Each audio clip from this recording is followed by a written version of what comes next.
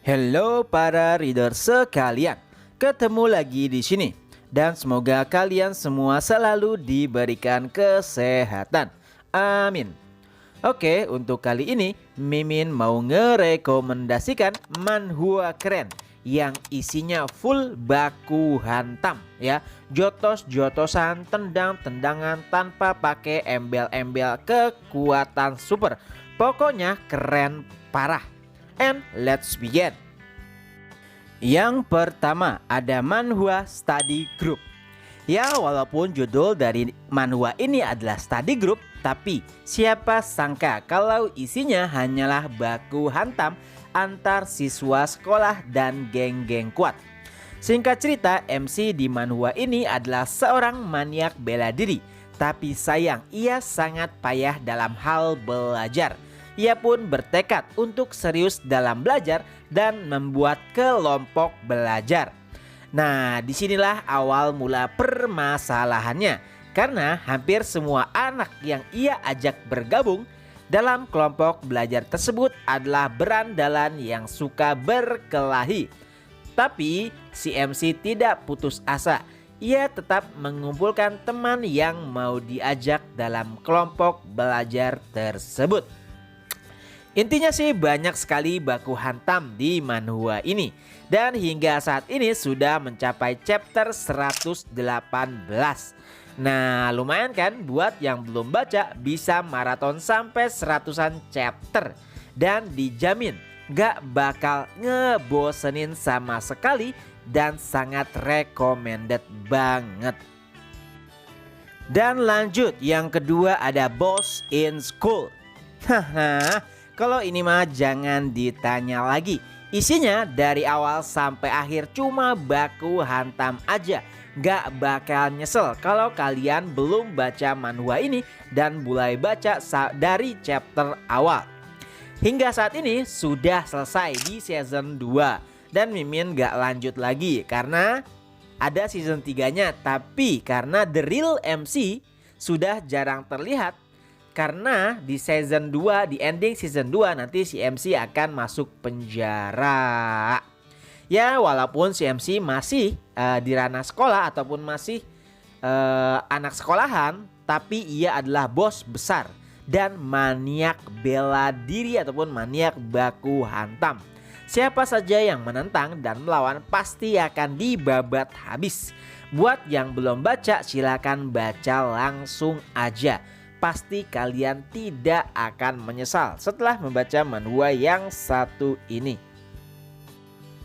Lanjut, yang ketiga ada The Villain. Nah, masih bertemakan baku hantam di sekolah. Sosok MC di sini adalah orang kuat dari Busan. Lalu ia pun berhijrah ke Seoul dan bertekad untuk menguasai Seoul. Ya, tentu saja jalan yang ia lalui tidak mudah karena ia akan melawan banyak orang kuat lainnya di Seoul nanti. Untuk manhwa ini sampai sekarang sudah mencapai chapter 112 di Indonesianya. Dan manhwa ini juga gak kalah keren dari manhwa bertema baku hantam lainnya. Intinya sih oke banget dan sangat recommended sekali buat dibaca. Lanjut, yang keempat ada Weak Hero. Nah, kalau yang ini juga penuh baku hantam antar sekolah dan antar siswa. Dan MC di manhwa ini tidak hanya menggunakan otot dalam pertarungannya, ia juga menggunakan otak. Ya, karena kalau dibilang ya, kalau menurut Mimin MC di manhwa ini terlihat sangat lemah karena tubuhnya yang kecil dan juga tak berotot. Tapi ia selalu memanfaatkan kesempatan juga peluang dan strategi untuk bisa mengalahkan lawannya yang bahkan lebih kuat darinya. Pokoknya banyak sekali adegan action baku hantam dan bisa dibilang sangat keren dan juga mendebarkan. Hingga saat ini manhwa ini sudah mencapai chapter 149 di raw-nya. Indonya juga udah nggak kalah jauh, artinya sudah hampir mencapai mentok di raunya untuk translate bahasa Indonya. Bagi yang belum baca kan lumayan tuh ya, maraton dari chapter 1 sampai chapter 140-an. Pokoknya nggak ngebosenin juga dan sangat recommended. Lalu selanjutnya yang kelima ada Boy of Death. Ya, berbeda dari semua yang sudah Mimin bahas. MC dari manhwa ini bisa meminjam kemampuan dari petarung atau orang yang sudah mati. Dan MC dari manhwa ini juga awalnya cupu dan juga lemah abis.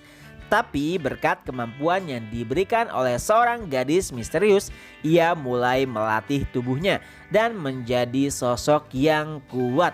Karena setelah ia menggunakan kemampuan seseorang yang sudah mati tersebut, kemampuan itu masih membekas di dirinya walaupun hanya tersisa beberapa persen saja. Gak kalah keren lah sama manhwa lain yang sudah Mimin rekomendasikan. Dan hingga saat ini sudah mencapai chapter 107 di RAW-nya. Sedangkan kalau nggak salah ya di translate bahasa Indonesianya sih ada yang translate tapi chapternya belum sejauh dari RAW-nya. Intinya sih sangat rekomendasi sekali untuk dibaca. Lanjut, ada manhwa How to Fight. Nah, kalau MC dari manhwa ini hampir sama ya sama Boy of Death. Awalnya cupu dan juga lemah, tapi nantinya ia berlatih sekuat tenaga berbekal video yang ia tonton.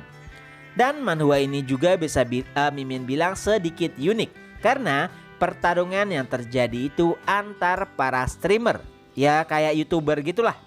Tapi keren parah karena si MC nanti juga akan membuat grup yang berisi streamer petarung yang akan melawan grup streamer lainnya yang memanfaatkan kekuatan dan juga koneksi untuk melakukan hal-hal di luar hukum.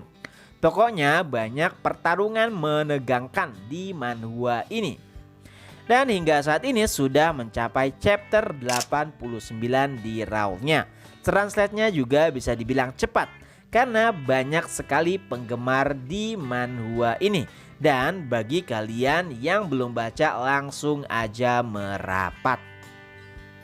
Lanjut, manhwa terakhir yaitu The Castle. Nah, kalau manhwa ini nggak ada obat pokoknya. Baku hantamnya juga keren dan selalu buat deg-degan. MC dari manhwa ini merangkak dari orang lemah menjadi orang nomor 1 di dunia bawah. Ia pun berniat untuk balas dendam dan mendapatkan kekuasaan mutlak. Ia juga harus melawan organisasi bernama Castle. Pokoknya keren lah, gak bakal rugi kalau kalian baca manhwa ini. Dan hingga saat ini sudah mencapai chapter 86 di RAW-nya. Tapi sayang untuk bahasa Indonesianya belum banyak web yang garap. Padahal manhwa ini tuh kerennya gak bisa Mimin omongin lagi lah. Pokoknya gak ada obat dan keren parah. Ya, itulah rekomendasi Mimin terkait manhwa baku hantam yang keren dan juga mendebarkan. Kalau ada yang belum baca jangan ragu, dijamin kalian pasti bakal ketagihan. Oke, cukup sekian dulu untuk video kali ini. Semoga bermanfaat dan juga terhibur. Ketemu lagi di video selanjutnya. Bye bye.